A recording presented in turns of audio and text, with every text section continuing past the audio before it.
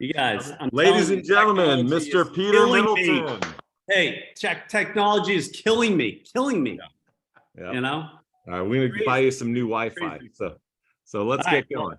I'm in. I'm so fired up. This is like, I've been waiting for this all week. I'm Me really, really fired up. I know Bobby has a special guest in today. Everybody's been asking us about how you use VAs and how to use ISAs and how to set up ClickFunnels and all these great things, right?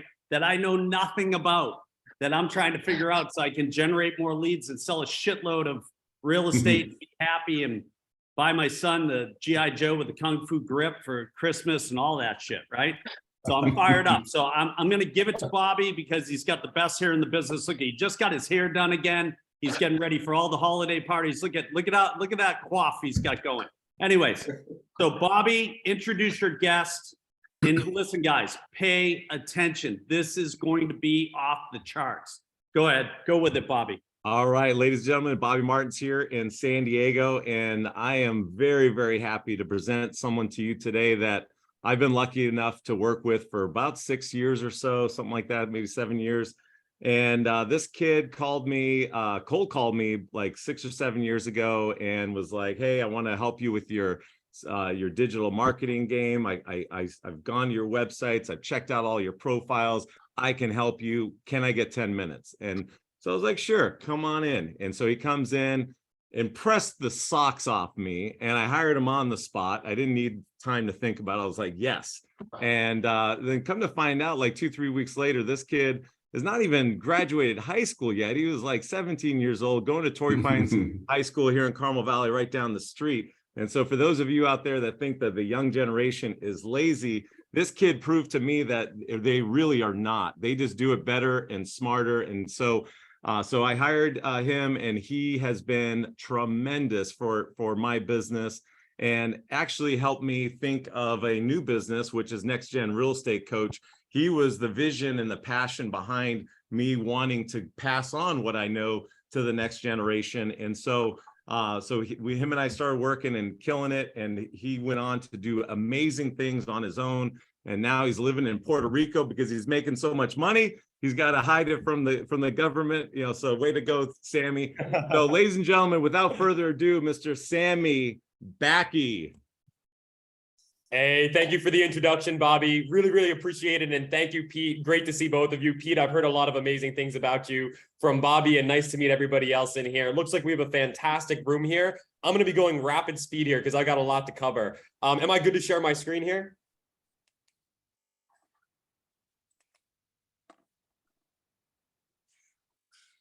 Makes sense. Accidentally stopped.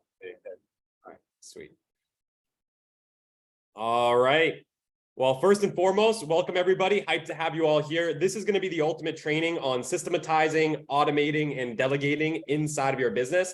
Ultimately, just to save time, save money, and help you scale to the next level. That being said, like I said, I'm going to be going rapid fire. I talk really, really fast, especially when I have a lot to cover. So make sure to take notes, rewatch this recording, everything like that, because this is going to be super, super value packed and super, super condensed. It's going to be everything from super basic things that you might already know about to super advanced things that you probably never heard about. That being said, even the basics are super, super important, because at the end of the day, I believe that the basics are responsible for 80% of your success. Everybody's always looking for some ninja trick or tactic, always reading new books, going to new things, trying to find that one, secret method that's going to make all the difference. But the truth is, usually it's just the basics and mastering those basics that goes a super, super long way. That being said, be a little bit here today. I want to start by diving into a little bit of background on, how everything kind of came about and kind of how we got to this point.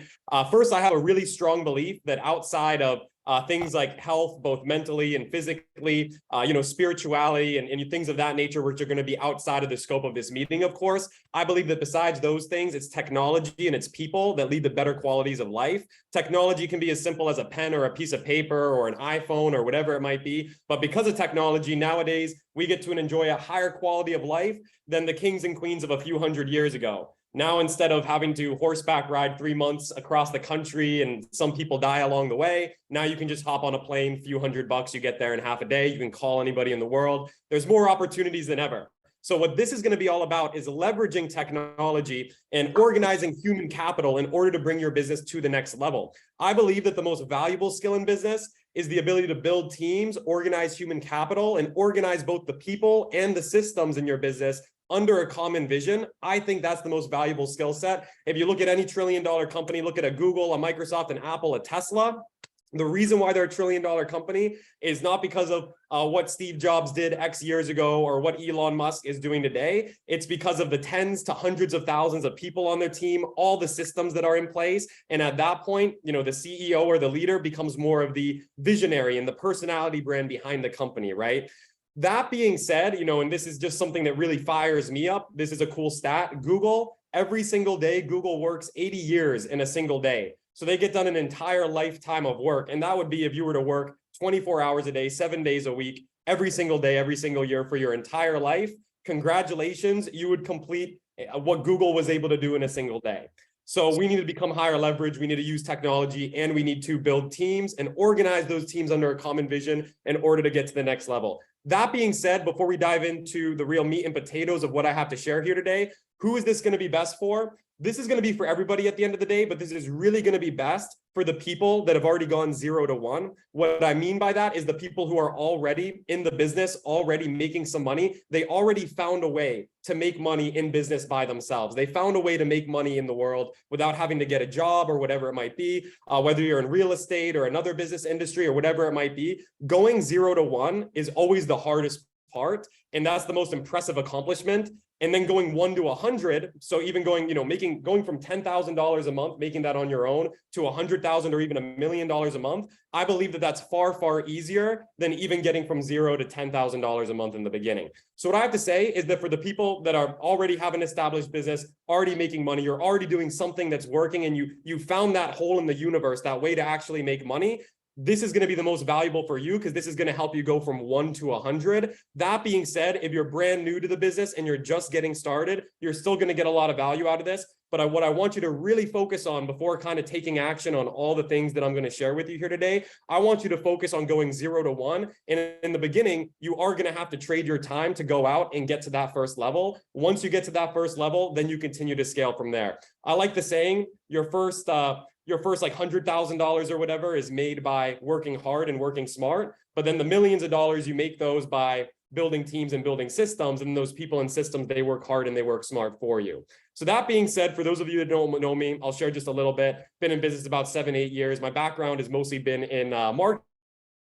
And it took me actually a long time to go 0 to 1. It actually took a few years, longer than expected, but eventually got there. And that was really the hardest part of the business journey. Once getting 0 to 1, it became all about automating, delegating systems, all the things that I'm going to share with you here today. And then that really allowed us to scale our businesses to the 7-figure level, and a lot of other businesses as well. At this point, I've won 3 2 Comma Club awards, and I'm on pace for another one within the next few months right here. And in total, that's 3 products that have made over $1 million, and they make over $1 million a year, essentially selling them through funnels and various systems and so on and so forth. And basically what ended up happening, and the reason and the need for having to build out all these systems and develop all of this, is I got to the point where, hey, I was at my bandwidth. I was making decent money, but I felt like I just had a high paying job. And, I would go out, I would close some business, but then if I have to deliver on all that business myself, then it would constantly be this, up and down cycle of getting a bunch of business, having to deliver for it, getting a bunch of business, kind of rinsing and repeating. And it wasn't until really nailing down everything that I'm going to share with you here today that unlocked the next level of scale, which is 7 figures. And now we're going on and we're aiming for 8 figures and 9 figures and 10 figures, and to keep on going from there. But that being said, let's go over a little summary of what we're going to go over here. This is your roadmap to scale. The first thing we're going to be covering is how to gain massive clarity on the best actions to take, the things to delegate, and the things to automate inside of your business. A big mistake people make when they're hiring virtual assistants or whatever it might be inside of their business is they just kind of hire somebody, but they don't really have a plan beforehand, and they don't really have that clarity in their business of these are the things that they're going to take off of my plate. These are the things that I need to be automated. These are the things that I need to be delegated, so on and so forth. So I'm going to be showing you really simple system here for getting absolute clarity on this in a matter of 30, 40 minutes if you can sit down with a pen and a piece of paper. That being said, next, we're going to dive into systems, because that's the other thing when people hire virtual assistants or bring on team members, is even if they have everything else in place, if they don't have really good systems, then it might still work, but it's just going to be a lot less efficient. It's going to cause a lot more headaches, a lot more back and forth. And so we want to make sure we get all of that dialed in. Some of this stuff's going to be very basic. Some of it's going to be more advanced, but we'll cover everything from payroll, time tracking systems, password organization systems, file management systems, team communication systems, project management systems, tracking systems, CRM systems, legal agreement systems, VPN, standard operating procedures, and even just a little quick on company cards so that, you know, your VAs can start to spend money on your behalf, order office supplies, so on and so forth. That being said, then we're going to dive into automations and integrations. I'm a firm believer that if it can be automated, it should be automated before it is delegated. And we'll get into a lot of that. That's going to be some of the more advanced stuff. And then finally, after we cover all of this, then we're going to actually get into the virtual assistants. We're going to get into the virtual team members and how to build a team in your business that the sun will never set on. Now, that being said, a lot of people, they get this backwards. They go out, they hire a VA. They don't have any of this other stuff planned out or in place. And they just kind of, their VA just kind of sits there, and the VA doesn't even know what to do at that point. They don't have any, the VA doesn't have any clarity on what to do. The business owner doesn't have any clarity on what to delegate to them. And then that's why, you know, a lot of our clients, at least when they come to us, most people have had a VA before in the past, or have worked with a VA company before in the past. Some of them have done great, but some of them have also had troubles. And I found with the ones that have had trouble in the past, it's mostly because of not having these things in place beforehand. That, and also if they don't get a really, really good candidate. But that being said, lastly, we're going to go a little bit into leadership and culture, and I'm going to share some next level resources for you, cool ClickFunnels stuff, and some other things that you can do if you want to take further action on this and get more value at the end.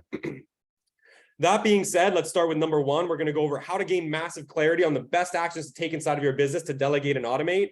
Step one, this is super basic. Everybody knows this stuff, but hardly anybody does it. Planning, thinking time, and tracking. Plan out every single day the night before or the day before, every week, the weekend before, every month, the day before, so on and so forth. You always want to come to every single day with a plan, with a to-do list, with a plan of action that you're going to try to complete these tasks. And believe me, it's going to be very rare that you finish all the things on your to-do list. It might never even happen. But the key is that you're just getting those things down and you're just checking them off as you go.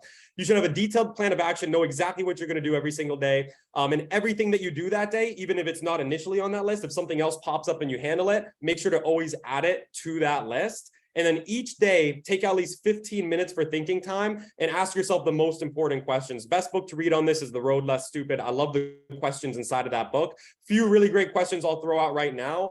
One is, if let's say you're making like $50,000 a month right now and you want to get to $100,000 a month, the best question to ask yourself is not how do I get to $100,000 a month? It's how do I keep on making $50,000 a month, but as streamlined as possible and with as little as my involvement as possible, such that it frees up my time and then I can focus on making more money, right? So some people put the cart behind the horse. They keep on trying to scale when their time is still a bottleneck inside of their business. So that's what we need to fix first.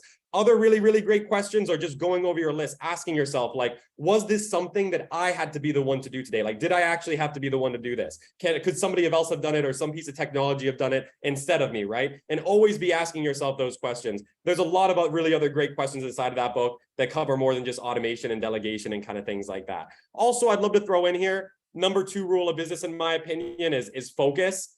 This kind of also ties in with the basics things. But a lot of times when I talk to business owners, they have all these different projects in mind, all these different business models, all these things that they want to do. And there's also that old adage that goes around about like, hey, the average millionaire has like 7 different streams of income and things like that. I personally think that that's a little bit misunderstood, because I think that the average millionaire has 7 different streams of income once they become rich. But before they became rich, I believe it's usually 1, maybe 2 different streams of income that made them rich. And then, hey, once they're rich, they take their money and they put it into a bunch of investments. And now they're making all these different streams of income. And now they're much higher leverage and so on and so forth. But it's very rare you'll see like a millionaire or somebody who like made their first $1 million doing like 7 different businesses at once or 7 different models at once. That being said, if you are going to focus on more than one thing at once, make sure it has confluence, right? Like if you're a real estate business, you have the sales side, you have the agent attraction side of things. Maybe you also have a coaching side of things, right? That's a great way that it doesn't break the law of focus there. But sometimes I hear people, they've got all these different things in mind, pick one thing, focus on it. You'll get a lot more results by doing that. Next thing is to do a deep business breakdown. You really want to break your business down into these categories. I do these with people all the time. The first one is lead generation and awareness, basically just marketing at the end of the day. Then sales and conversion. Third is client delivery, success, fulfillment. Fourth is throughput. And then just do another category for other, where you're just going to jumble everything else in there, like financial, legal stuff, product development, whatever it might be at the end of the day. That being said, you're going to go down into each and every single one of these categories, and you're going to write down every single thing that happens inside of your business in every single one of those categories, and every single thing that you need to get done. Both things that you're currently doing, start with the things that you're currently doing, and then move on to, potential new initiatives that have been in the back of your head, but you haven't had the chance to implement on them yet, right? Throughput, by the way, just because not a lot of people are familiar with this term, but basically it's everything that you do on the back end to maximize your customers and your clients. So in real estate, that's pretty straightforward. That's your client reviews, that's your referrals, that's your repeat business. That's even like affiliate streams of income, setting up relationships with vendors where you can bounce business off of each other, so on and so forth. Anything you can do on the back end to maximize and to maximize the revenue that you're generating from your clients in your current book of business. That being said, I'll just kind of jot some of these things down, like client reviews, client referrals, repeat business, any sort of like upsell or cross sell, vendors lists, like affiliate streams, so on and so forth, right? Throughput's pretty straightforward. Client delivery, I talk to a lot of agents. Client delivery, it's usually either client delivery or lead gen, where they're looking to get the most off of their plate. This is going to be everything from even the things that are like really, really quick and hardly take any time of yours, but like, ordering for sale signs, scheduling the removal, ordering lock boxes, preparing agreements, scheduling showings, keeping buyers search criteria updated and checking in on them to see if there's any like homes that are matching what they're looking for, so on and so forth. What else? All of the different kinds of like TC steps that might be in there, depending on what state you're in and what that might entail. Of course, marketing the listing itself, getting like email blasts out there for that, social media posts for it, so on and so forth. And there's a lot more that you can list down in there, I'm sure, but I want you to break down your businesses, list all these different things, all the things that you want to happen, and make sure that those get written down. Lead generation, oftentimes it's things like making sure that the CRM, like managing the CRM, keeping it updated, so on and so forth. Reaching out to leads and following up, kind of more like an ISA type of things. One thing that's really important is also like holding, or actually this would be more in the sales, but like holding sales reps accountable, because any sort of sales rep, whether it's an agent or a closer or whatever it might be, they're notoriously bad at keeping CRMs updated. And your CRM is really your pipeline at the end of the day, and you always need to keep it updated. I mean, how are you going to follow up with somebody if you don't even know like what the last contact was? So that being said, like having that person on your team, whether it's a virtual assistant who checks in with the agents, make sure everything is updated, make sure that your CRM is always perfectly updated, because that's your inventory at the end of the day, right? So kind of the ISA sorts of stuff here, marketing, oftentimes like social media is a pretty popular one, doing things like email blasts, doing like some sort of like monthly SMS blast, content compounding. So whenever you like shoot a video, making sure it automatically gets posted to YouTube, they're taking clips of that, they're doing a thumbnail for it, they're doing the keyword research, getting the titles right, the descriptions, then taking those snippets, getting it on all the different social media platforms, so on and so forth. There's a lot more I could break down and cover just in this deep business breakdown. But these, sometimes these take 30 minutes in and of themselves just to go through all of these. So I'm going to move on to the next things now, but I think you guys get the idea. Start to break down your business into these areas: lead gen, sales, client delivery, throughput, and then other. And then in other, that's going to be things like, like bookkeeping, financial things, whatever it might be, right?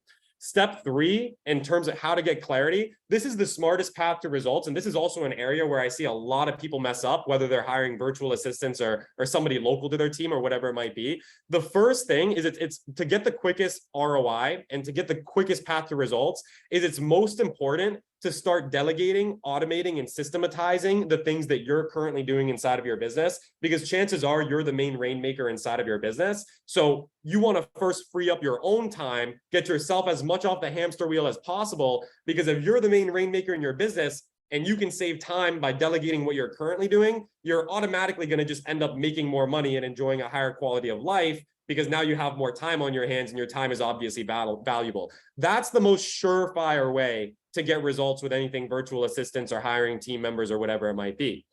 Then after that, you want to start automating and delegating everything. After you automate and delegate everything that's currently on your plate, you want to start to repeat successful actions and double down on what works, right? So before rolling out new initiatives, you want to take a look at your business and discover, like, what are the things that are actually working and bringing in the sales? Like, is it cold calling? Is it social media? Is it cold emailing? Is it advertising? What is actually like working right now? Where are our clients coming from? And that's also going to come from proper tracking, which we're going to get into later. But once you know, like, where your business is coming from and what the main sources are, the most important thing before rolling out all these new things, the easiest way to make more money is to just repeat successful actions and do more of what works, instead of trying something new. And whenever you try something new, there's going to be the risk of it not working, right? So you want to then double down and repeat successful actions. Then finally, focus on new initiatives. And this is where most people mess up with virtual assistants and team members. They get that person just to do new initiatives that they've never tried before in their business. They've never done themselves. They've never proven the concept. They don't even know if it would work, regardless of how good the virtual assistant or team member is. And that's fine. I love using virtual assistants to roll out new initiatives. We just rolled out a ton of new initiatives inside of our business, but that was only after maximizing these as much as possible. Then finally, step 4, eliminate, automate, delegate. Every single thing that you're doing inside of your business on this list, you want to go through it and first ask yourself, is this even worth doing for anybody? If it's not worth doing, just eliminate it. That's the easiest thing to do. And then if it can't be eliminated, then automate it with technology. And we'll get into a little bit of that later. But if it can't be automated either, then finally delegate it. So that's kind of the process to go through like that. Now, real quick, we're going to be going through rapid fire systems. Either the systems you want to make sure are set up inside of your business, whether you're using virtual assistants, a local team, whatever it might be. These systems will improve the quality of your life as a business owner, and they'll just make it run a whole lot more efficiently.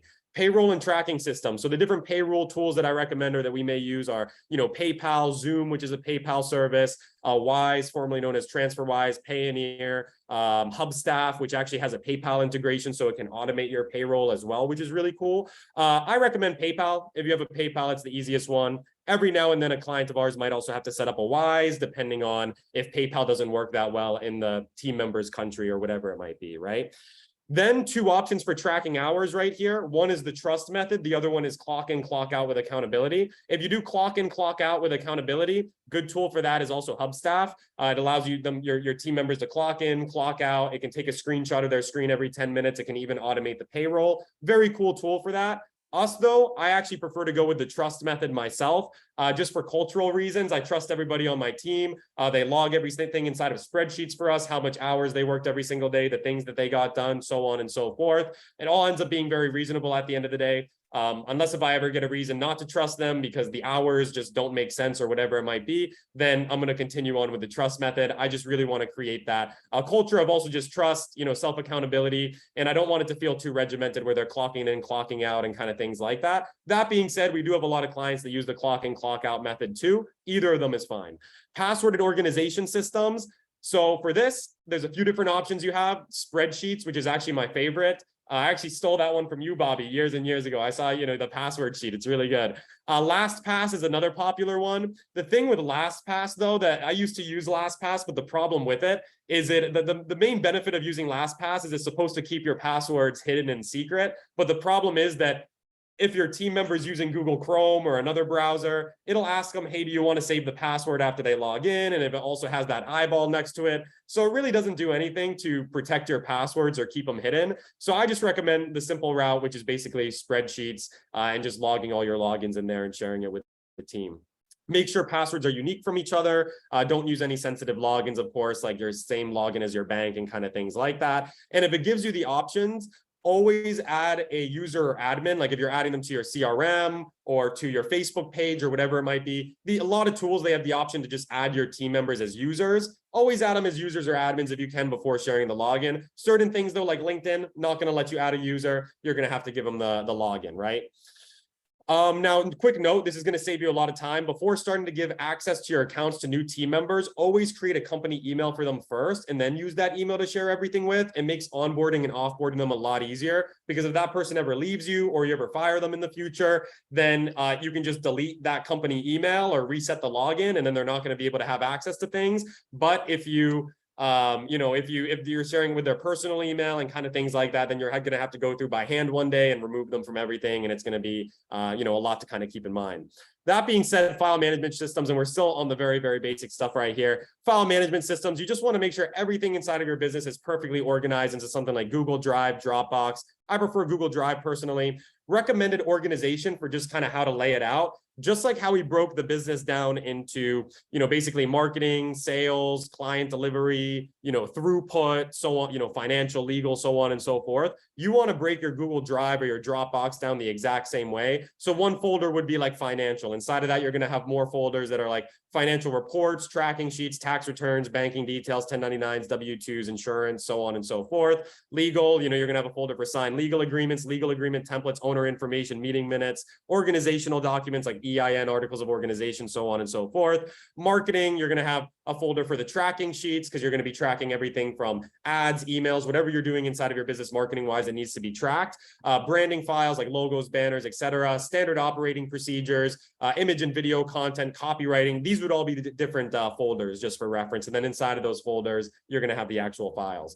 Sales, you're going to have a folder for tracking sheets, one for scripts, one for training materials like the offer and product details, role play call recordings, call recording vault, courses, things like that. Standard operating procedures, client delivery and throughput. You're going to have a folder for testimonials, for client success tracking sheets, for standard operating procedures, for client files, so on and so forth, whatever else is relevant to your business. Next thing, team communication systems.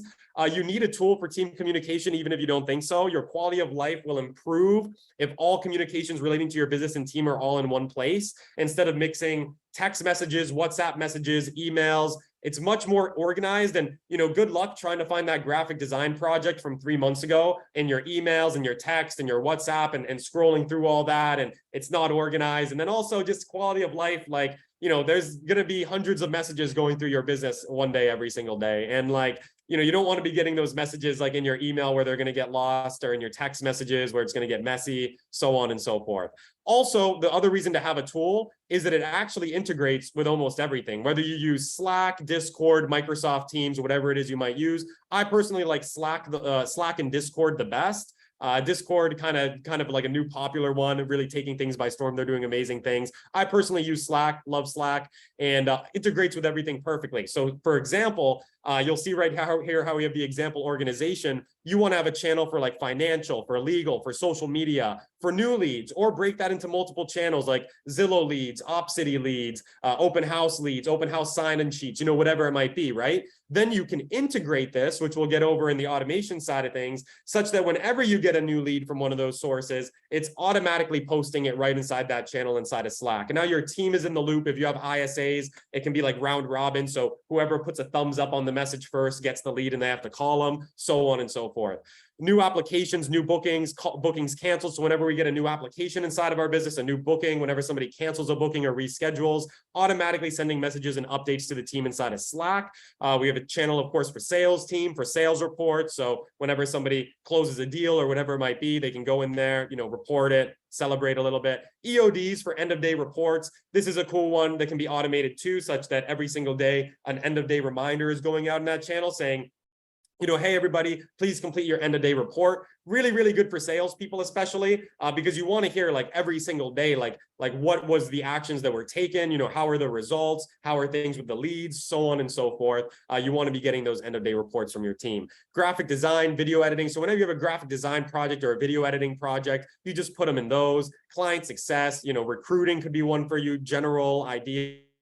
Fun and cool stuff. So ideas, like whenever you have a good idea, just get it in the idea channel so it doesn't get lost. Fun and cool stuff. That's more for like culture, things like that. Operations, just kind of anything else, admin, backend. This is just kind of like an example, right? He here keeps everything organized, gives you like a nice work-life separation, and it also integrates with everything. Project management systems, tools, they're basically all the same at the end of the day. Trello, ClickUp, Asana, Basecamp, whatever it might be. I personally like Trello and ClickUp probably the best. but they're all pretty much the same at the end of the day. Go with whichever one that you want, or whichever one has the best free plan. I personally like Trello and ClickUp the most. Same type of organization as your Google Drive, and how you're breaking down your business. You want to have that board for financial, legal, marketing, sales, client delivery, throughput. Tracking systems are really, really fun. Something that I really take to heart. I think you really need tracking systems inside of your business. At the end of the day, what gets measured gets managed. And as the CEO inside of your business, you need to know all of your KPIs, your key performance indicators for every area of your business in order to really identify those bottlenecks, those opportunities, and have clarity into what are the best decisions to make and what are the best next actions, right? And really, you should aim to get to like the point where your job as like the CEO or leader of your business is to just kind of keep the culture, maintain the vision, and just make a few good decisions a year. You only have to make a few good decisions a year. That's it. And that can make all the difference. But you really need clarity in your business, and you really need good data in order to do that. And also, good systems for checks and balances ensures less human error, more of a conveyor belt process, especially when it comes to client delivery tracking sheets. Now, that being said, I'm actually going to show you some tracking sheet templates and things like that that we use, and just to kind of show you what those look like and kind of what they're for. Some examples of that is like, for example, if you're having an ISA, you want to know every single day, this is how many calls that they made. This is how many people picked up the phone. Out of the people who picked up the phone, this is how many people actually like had a conversation with them, didn't just hang up in their face. Out of the people who actually had a conversation with them, this is how many people they were able to book, buyer or listing appointments with. Out of the people they were able to book buyer listing appointments with, is how many people actually closed. This is how much money it generated, so on and so forth. And then you'll have all of your stats for that. Like for every dial, how much is every single dial worth to your business? How much is every single booked call worth to your business? Your dollar per lead, so on and so forth. Having those clarities into those things inside of your business will allow you to make the best decisions and really decide how to move forward and simply how to make more money. Oftentimes, if you've already made it 0 to 1, getting 1 to 100 is just a matter of making the math work and repeating successful actions and scaling those up. You're going to need tracking sheets. I recommend them, financial, marketing. So whatever you're doing inside of marketing, if you're running ads, you should have a tracker for ads. If you're doing email blasts, you should have a tracker for email blasts. If you have funnels and you want to track kind of the throughput of those funnels and how many people are converting, make sure to have one for funnels, so on and so forth. Sales, of course, definitely have them for sales, whether it's ISAs, messengers who are just like DMing, emailing, whatever it might be. And also spreadsheets for client delivery and throughput are very, very important as well. Such that whenever you get a new client, you want to make sure that your process is like a complete, perfect conveyor belt. You get that listing agreement signed. Okay, next step, we're going to coordinate the photos. We're going to, after we have the photos, we're going to start to upload the listing to the MLS. Once it's on the MLS, we're going to do an email blast. We're going to do social media posts. We're going to do this, X, Y, Z. And then that's just kind of the marketing part. Once you get an offer accepted, then it's all the TC steps. And then once all the TC steps are completed, then it's all the throughput steps, getting that review, sending the gift to them, so on and so forth, getting the repeat business, checking in on them, all of that good stuff. And what I'll do now is I'm going to go ahead and just share some, tracking sheet templates examples with you. And of course, delegate the managing and updating of these sheets to your virtual team members. That being said, I'm just going to pull up some tracking sheet examples real quick. Did I tell you guys or what? This is awesome, Sammy. I love it. Absolutely love it. You're killing it. Thank you. So for example, this is a really good one. It's still loading. You'll see why it's still loading in a second.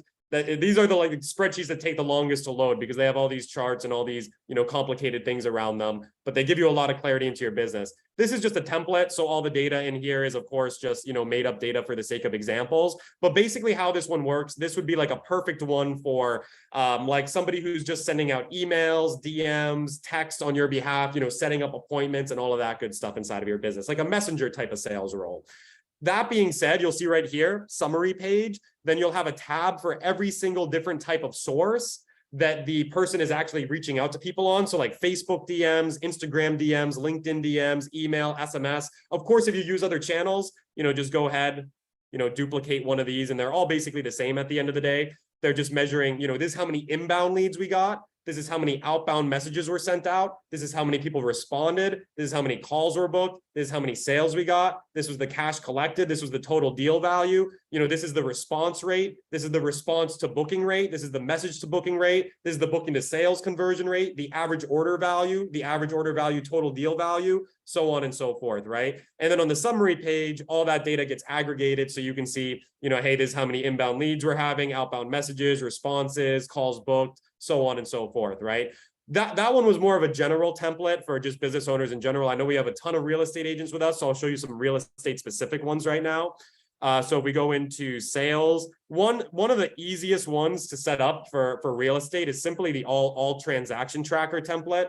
And this one is basically just to track all the sales, all your closings inside of your business. So you go here, you know, every single day that you get a closing, you know, your VA, your team member is going to go in here, put the date, put the client name, you know, buy side, sell side, or both, commission collected, transaction volume, who the agent was, what was the source of the lead, what was the path, any notes. And then from there, you're going to get an aggregated, it's going to aggregate and add up, you know, your total commissions collected for the month, total transaction volume, you know, your average commission collected, your average transaction volume, you know, so on and so forth. And then every single month, you're going to be able to say, see, this is the transactions we had, commissions collected, transaction volume, average commission collected, average transaction volume. And then that way you can reverse engineer your goals and say, hey, my average commission check is this much, yada, yada, yada. So now I know if I want to make X dollars, I need to sell Y amount of homes, right?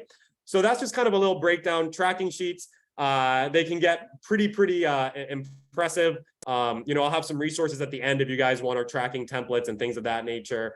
That being said, to kind of move along here, CRM systems, not going to spend a whole lot of time here, but common CRMs we work with, High Level, Follow Up Boss, KV Core, Close.io, HubSpot. I've worked with a whole lot more CRMs than that, Chime, Realtina, a lot of real estate ones, Firepoint. I remember that one. There's a lot of good ones. The ideal CRM requirements at the end of the day, I'm fine with you using any CRM. I just want to make sure that it has a Zapier integration capability. It should be able to integrate with Zapier, which all of these ones I listed above do, because then you're going to be able to automate your lead flow whenever you get a new lead from Zillow, Opcity, you know, Realtor.com, whatever it might be, open house sign up form, or whatever other source you might have. That lead is automatically going to go into your CRM. It's going to be tagged. It'll be moved into the proper column. Then it's going to send a message inside of Slack automatically, alerting your team, alerting your salespeople, hey, we got a new lead. Make sure to go follow up with them, so on and so forth. And ideally, the other thing that I look for in CRMs is ideally they have some sort of a dialer or which most of them do. Now, a note on the dialer, if your CRM does not have a dialer, or you're not able to give your virtual team member access to that dialer for some reason, or you have trouble, other solutions for your virtual team members to be able to make calls and send texts on your behalf are Google Voice and Dialpad. Dialpad's a little bit better, not that expensive. I think like $30 a month or something of that sort. But most CRMs, they have that functionality, the dialer, the texting. So I would just give them access to that dialer. Legal agreement systems. Okay, so common tools that we work with, PandaDoc, DocuSign, right? I know a lot of agents, it's different for every agent that I speak to. Some use DocuSign, some use something else. Sometimes it's like a real estate niche specific one. Whichever one you use, that's fine. I would stick with it. I wouldn't necessarily change your legal agreement systems here. It'd be a lot of work, and you know, depending state by state, I know there's like certain forms, and with the real estate side of things, sometimes you have a specific software for your state or for your specific company that just works out best with that and integrates with everything else. So if you have that situation, just stick with it. That being said, if you use, you know, DocuSign, for example, that actually does integrate with Zapier. So you can do some pretty cool stuff on the back end with that as well. You can automate your agreement sending so that things like, you know, a listing agreement can get sent out with you filling out like a quick jot form on your phone on the go, instead of you having to go into DocuSign, you know, enter all the information and all that sort of stuff. I like PandaDoc better than DocuSign. I'll tell you why. Of this one key thing, it integrates with Zapier as well. But PandaDoc's the only one out there I've been able to find where you can edit the agreement right there on the spot. So if there's anything you ever need to change for a client or for a specific, you know, situation, instead of having to like export the document, open it up in Microsoft Word, edit it, re-upload it to DocuSign, put all the fields back and then send it, you can just edit it right there on the spot. So it's really helpful if you ever are in situations where you have to add things to agreements and then resend them. PandaDoc is really, really good for that sort of stuff. And whichever one you use, I would say just suggest, you know, work on getting all your templates added and organized here, like templates like independent contractor agreements, media releases, client agreements, whatever agreements you frequently use inside of your business. get them templated, get them, uploaded in here. Most of these, they have the ability for you to add templates. And then with Zapier integrations, you can have those templates autofill and auto send out to people to try to automate that as much as possible. VPNs, really quick note here. Why have your virtual team member use a VPN? Some big tech platforms, softwares, and sites like Facebook, Google, LinkedIn, sometimes they get suspicious. Sometimes they get suspicious if they see your accounts accessed overseas. So, with some of those platforms, it's really good to have your virtual assistant when they're working on your behalf. Use a VPN, especially for those big tech platforms. For most things, it doesn't matter. It doesn't make a difference. But if they're like logging into Google, LinkedIn, your social media platforms, VPN all the way. Tools for this, NordVPN is a common one. Free one is VPN-free.pro. I don't know why there's a slash. I think it's just VPN-pro.free. All right, standard operating procedures. This is something that's very, very highly overlooked. Standard operating procedure is just a simple set of instructions for a particular task inside of your business, usually in video format. Video format's the best. I don't really mess around with written ones that much. Just record a quick video, get it done. And then if you want at that point, have one of your team members do a write-up on it. And then you have both the video and the write-up for it. Tools for making standard operating procedures, Loom and Zoom are my two favorite. Loom, you would start off with the free plan, but it's going to cap you out at 5 minutes. I think paid plan is like $8 a month, and then you can record for unlimited amount of time, unlimited videos, all that sort of stuff.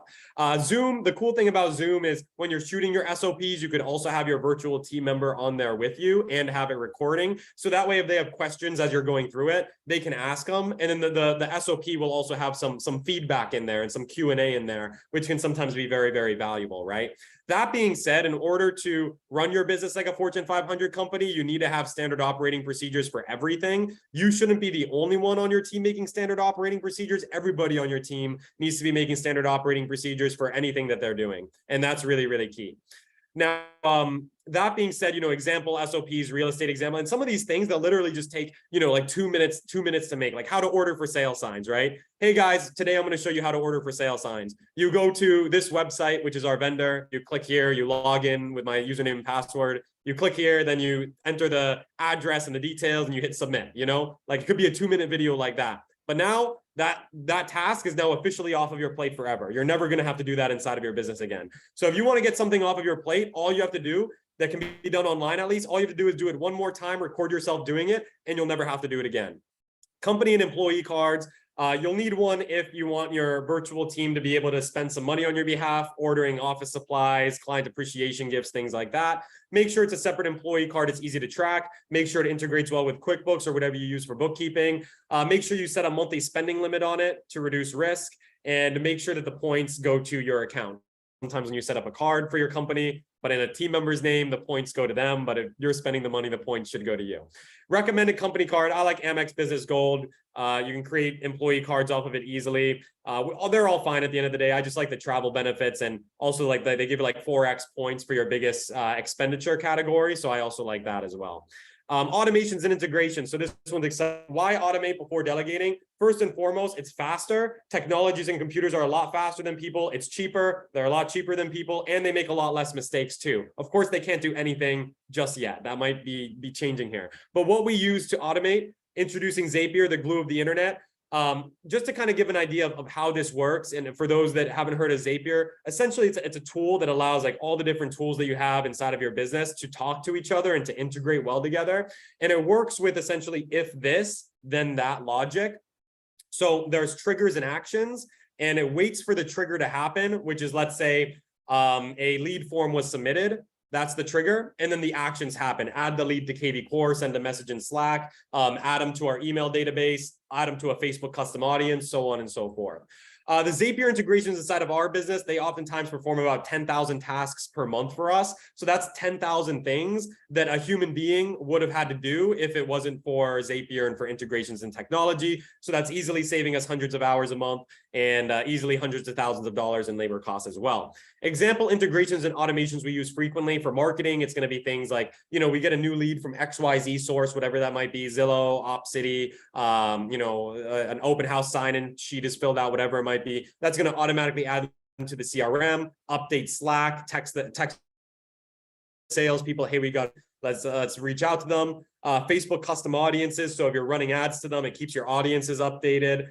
Email lists, so making sure that they're added to the right email list, segmented properly, so on and so forth. Same thing, you get a new application, updates the CRM, sends message in Slack, new booking created, does the same thing, booking canceled, like on your Calendly, updates the CRM, send message in Slack, update email list. Sales, every day, or here, actually, I'll add on another one here that I actually like, even though this is kind of like, financial, we don't really talk a whole lot about that, but like, QuickBooks to like Slack or text, like get a text message whenever money hits your bank account or money leaves your bank account. Then you can kind of celebrate when you make some money, right? And then save the contact in your phone as $money. And then from there, sales basically like every day at, let's say, like 2 p.m. Eastern time, if you want a message to automatically be sent out in Slack to your team, hey, everybody, it's time to complete your end of day report. Please fill out this form. Or let's say you get a new client, it automatically sends the agreement to them automatically, updates the CRM. Hey, this is a client, and then sends a message in Slack. Hey, everybody, we got a new client. Take great care of them, right? Client delivery.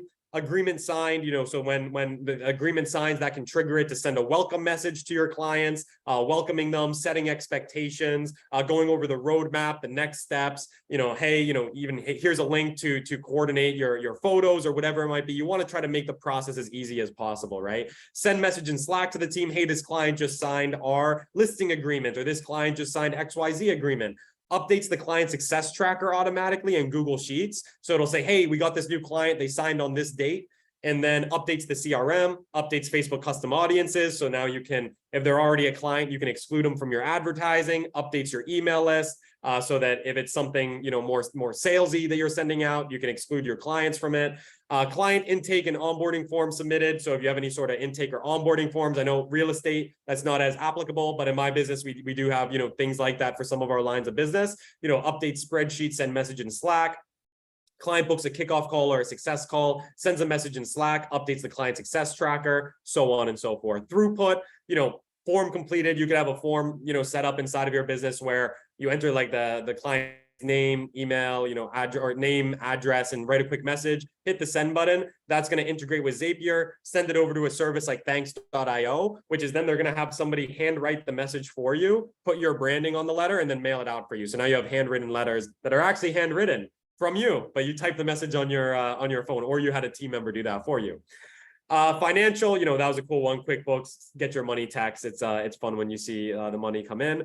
New things I'm experimenting with Zapier. They have this thing called AI by Zapier, which is new, which is pretty cool. They've got something called Neato, which is like integrating robotics with the internet. So like they have like these tools like robot cleaners, and you can like click a button and then they automatically start cleaning your house and stuff. So I'm kind of looking into some stuff like that.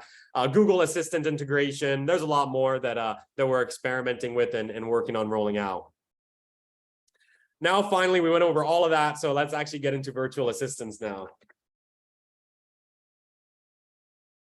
All right. So how to build a team that the sun never sets on.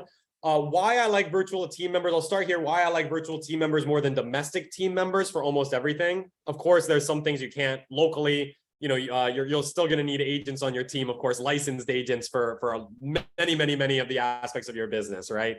But for anything that can be done online that you can get off your plate, they're absolutely phenomenal.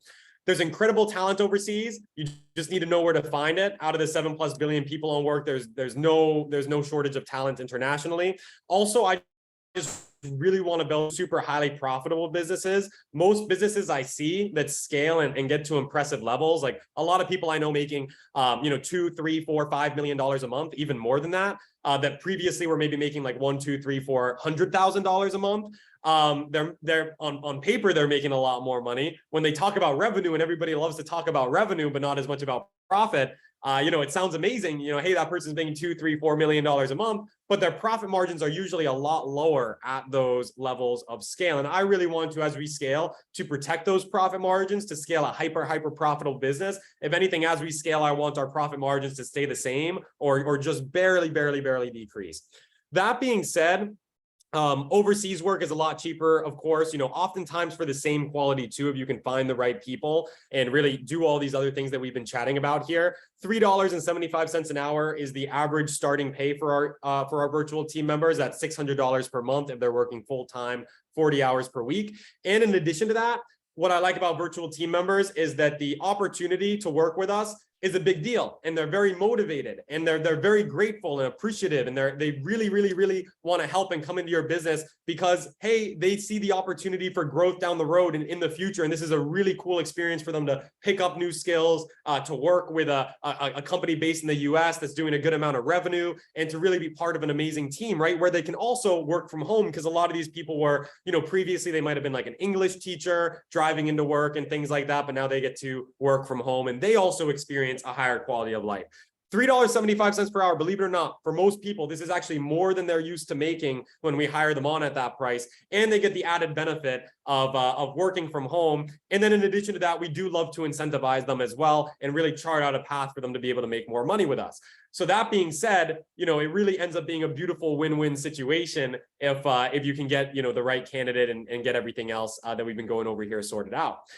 Incredible work ethic I found. Like, they've got no problems if you need them to hop on weekends or whatever it might be. Like, sometimes I'll message them late at night. They're still up, they're still working. But here you hire somebody locally and you text them at midnight to do something. It's very rare. Like, that's gonna get done. But here, even though I don't have the expectation for them to work on weekends or late at night or whatever it might be, it still gets done, which is really amazing to see. They have phenomenal work ethic when you find the right people. Why a lot of people fail with virtual team members, I kind of went over a little bit of these things earlier. They have trouble. Number one could be they have trouble really sourcing great talent or don't know how to identify and find it. Number two is they don't have clarity on what to delegate. They don't have clarity on how to lead, how to sell the vision, how to get them excited, how to set expectations. They don't have the right systems in place. They don't have the right resources for their team, like standard operating procedures and things like that.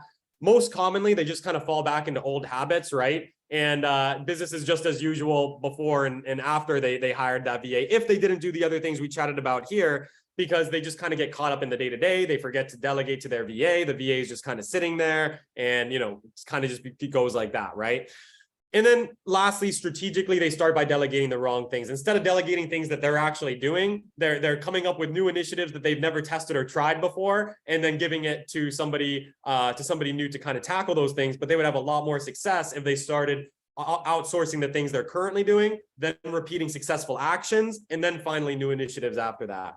Our current team structure right now, the only people on our team inside of the United States are just myself and our commission-only sales representatives. Everybody else is overseas. Currently, we have about 14 on our team that perform about 30,000 hours of work per year for all different types of roles, everything from like COO, like project management type of stuff, CFO doing like bookkeeping and things of that nature, client success directors taking care of the clients, HR coordinators going out and finding the virtual assistants, software developers. I had my VAs go out and build us a software developer team recently because we're working on a lot of cool software projects that to some crazy levels, talent acquisition specialists, and a lot more than that. We're constantly adding more to the team, and really my goal with it is I'd love to, a couple of years from now, have 365 on the team that are producing 760,000 hours, basically an entire year's worth of work getting done every single day. That being said, where we find the best talent, we've had tremendous success with Brazil, South America, some islands in the Caribbean. Surprisingly, we don't source in the Philippines. We're the only VA company I'm aware of that doesn't source in the Philippines. All the other ones I've chatted with or experienced with have sourced in the Philippines. Still love the Philippines, think it's great. Actually, my first VAs many years ago, like this was probably 6, maybe 7 years ago, we're actually in the Philippines. They're no longer with us.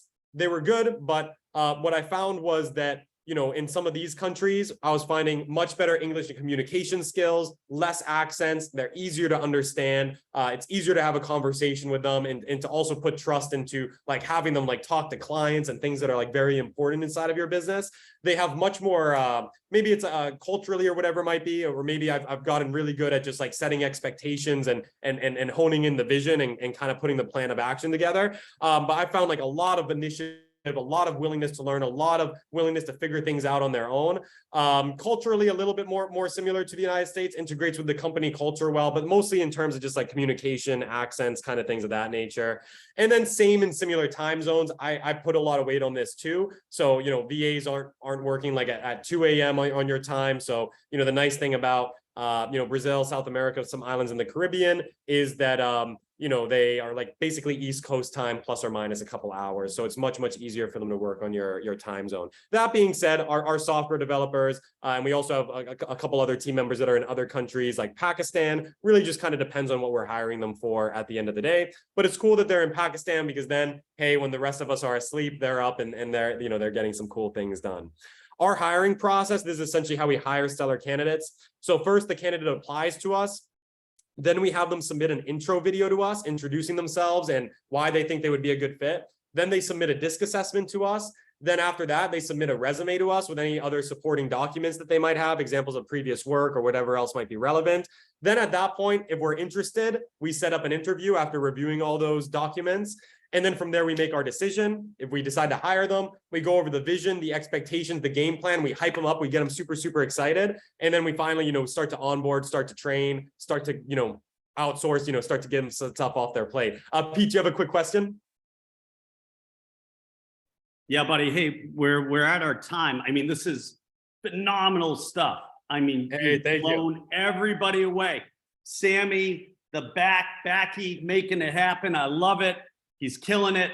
What we want to do, Sammy, is have you back on December 1st because we're off next Thursday.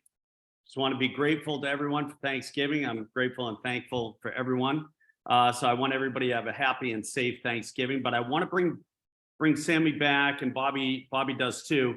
We can do kind of a segmented one next week. I mean, on the 1st, and then maybe another one on the 8th. On the 1st, we'll do this whole process on virtual assistants and then take questions and how it can help people's business.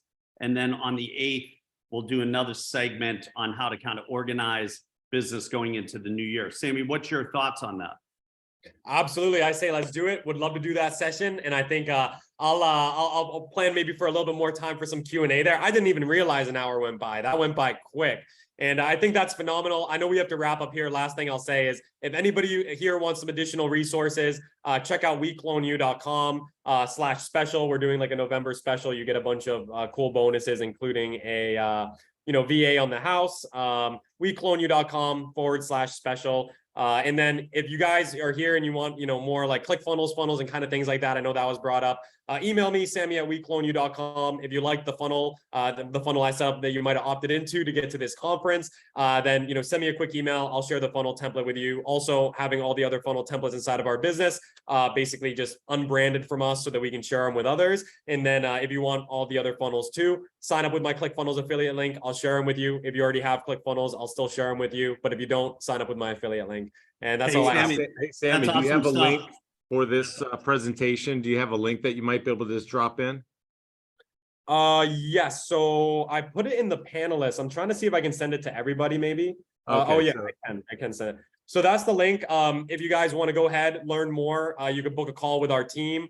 They'll kind of walk you through the process. Generally, what they do on the calls is they take you through the deep business breakdown, where we kind of break everything down into lead gen, sales, client success, throughput, so on and so forth. Identify all the things that can be automated and delegated.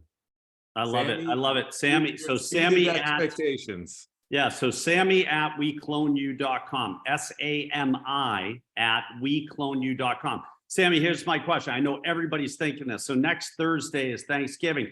Then we hop on this meeting on December 1st. Now we're into December. Will you do a Black Friday special and extend the benefit from November into December for all of our organization, everybody who's connected to us? Oh, nice. Maybe I'll think about it. We'll see. Come on, let's do Black Friday special, baby. You got to get with the times. Is it Black Friday in November though? I thought Black Friday was this. It is, but we're carrying it over till December 1st. Let's do it till after the meeting, December 1st. Carry that over. That's one day. You give them 1 day advantage. All right, 1 day advantage. Well, I think we will probably be able to make that work. Love it, buddy. Hey, listen, I'm super grateful you're on. Bobby, thank you so much. Sammy, else, and everybody have a great Thanksgiving. Thank you, everybody. Thank you, everybody. Great job, Sammy. Appreciate you. Great job, everyone. Sammy, that was amazing. Thank you. Thank you. Great job, Sammy. You're the best, buddy. Cheers. Information.